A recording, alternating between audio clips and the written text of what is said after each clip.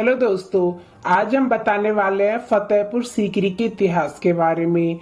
फतेहपुर सीकरी का नाम कब पड़ा और उसकी स्थापना कब हुई थी और जोधा अकबर का बेटा सलीम यानी कि जहांगीर का गहरा संबंध था फतेहपुर सीकरी से। इस वीडियो में यह भी जानेंगे कि जोधाबाई का महल किसने बनवाया था और क्यों बनवाया था और बुलंद दरवाजा किसने बनवाया था। इस पूरी जानकारी के लिए वीडियो के अंत तक जरूर बने रहें।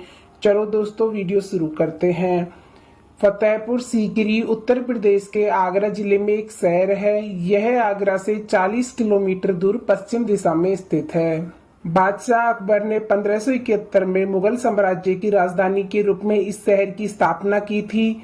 यह 1571 से 1585 तक अकबर की राजधानी रही, लेकिन पंजाब में अभियान के कारण अकबर ने इसे 1610 में पूरी तरह छोड़ दिया।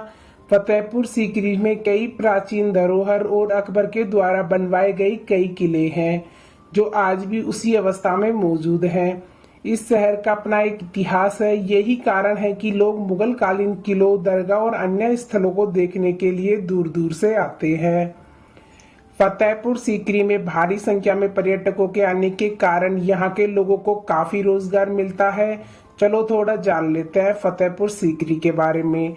फतेहपुर सीकरी का नाम कैसे पड़ा? यहाँ सीकरी नामक एक गांव पहले से ही मौजूद था, जिसके नाम पर इस शहर का नाम फतेहपुर सीकरी पड़ा। इस गांव में पहले से ही किसी का कब्जा था।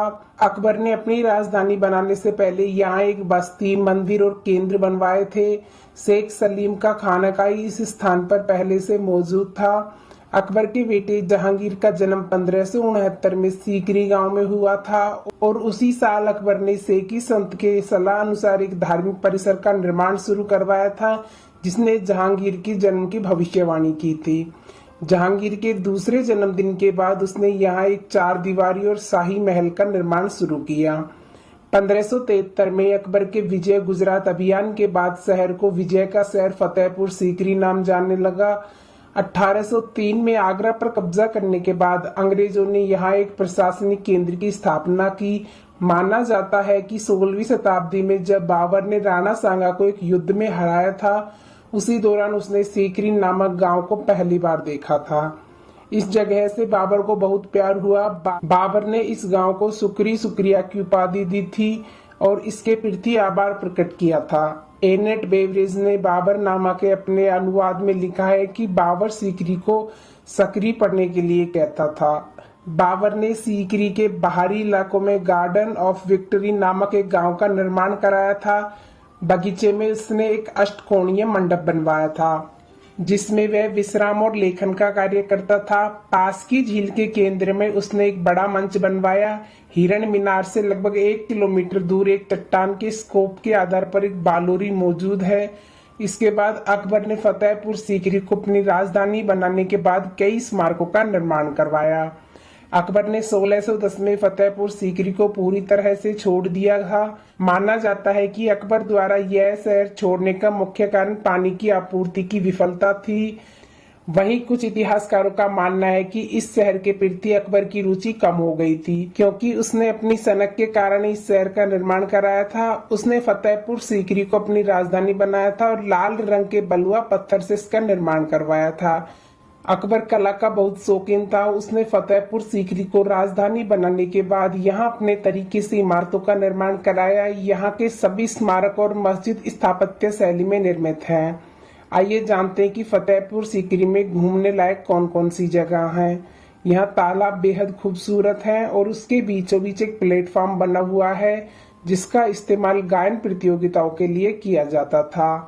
पंचमहल एक 5 मंजिला महल नुमा संरचना है, जिसमें हर मंजिल धीरे धीरे आकार में घटता जाता है। अंतिम यानी सबसे ऊपर की मंजिल एक बड़ी कुमत जैसी छतरी की तरह है। माना जाता है कि यह महिलाओं के लिए बनाया गया था। फर्श को प्रत्येक स्तर पर जटिल नक्काशीदार स्तंभों पर यह खड़ा है। इसमें कुल 176 स्तंभ है। यह वह स्थान है जहां अकबर ने विभिन्न धर्मों के प्रतिनिधियों से उनके विश्वासों और धर्मों पर चर्चा करता था। बुलंद दरवाजा यह 1601 में गुजरात विजय के उपलक्ष्य में अकबर द्वारा बनवाया गया था।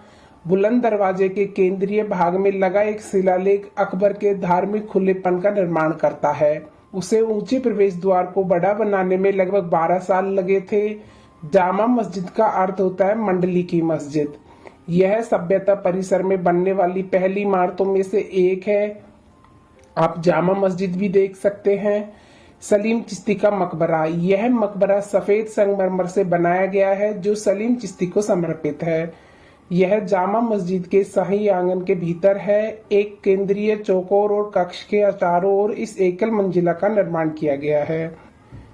इसके भीतर संत की कब्र है। चलो दोस्तों, अपनी प्यारी सी जोधाबाई के महल यानी जोधाबाई के मकबरे के बारे में जान लेते हैं। भारत विविधता वाला देश है और विभिन्न संस्कृतियां इसकी खूबसूरती को बखूबी बयान करती हैं। इस देश में कई ऐसे ही मकबरे पर्यटकों के लिए पसंदीदा स्थल बन गए हैं। मुगलों द्वारा बनवाए गए मकबरे बहुत खास है, लेकिन आज हम आपको ऐसे मकबरे के बारे में बताने जा रहे हैं जो मरियम उज़ ज़मानी के मकबरे के नाम से जाना जाता है। कहा जाता है कि मरियम उज़ ज़मानी के अवशेषों को वहीं दफन किया गया था। तो चलिए जान लेते हैं मरियम उज़ ज़मानी मकबरे के बारे में। आपने यकीनन जोधा और अकबर की प्रेम कहानी के बारे में सुना होगा, लेकिन क्या आपको मालूम है कि जोधा बेगम को मरियम उज़ ज़मानी की उपाधि दी गई थी? ऐसा इसलिए क्योंकि पहले जमाने में मरियम उज़ ज़मानी उस महिला को कहा जाता था जो बादशाहों को संतान दिया करती थी, और अकबर की पहली संतान देने वाली जोधा बेगम थी, इसलिए उन्हें मरियम उज़ ज़मानी जोधा बेगम के नाम से जाना जाता था। आपकी जानकारी के लिए बता दें कि जोधा बेगम का पूरा नाम जोधाबाई था, हालांकि उन्हें हरकाबाई, हीर कुंवारी आदि नामों से भी पुकारा जाता था। इनका जन्म सन 1542 में हुआ था। जोधा एक हिंदू राजवंशी राजकुमारी थी जिनके साहस की मिसाल आज भी दी जाती है।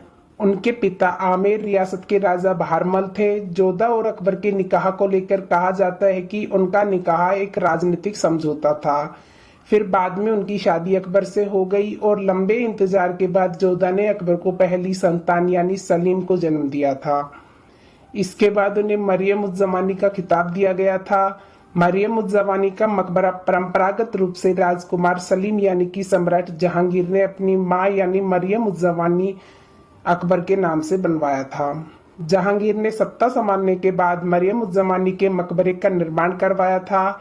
इस मकबरे को बनने में पूरे 4 साल लगे थे और यह साल 1627 में बनकर पूरा हो गया था।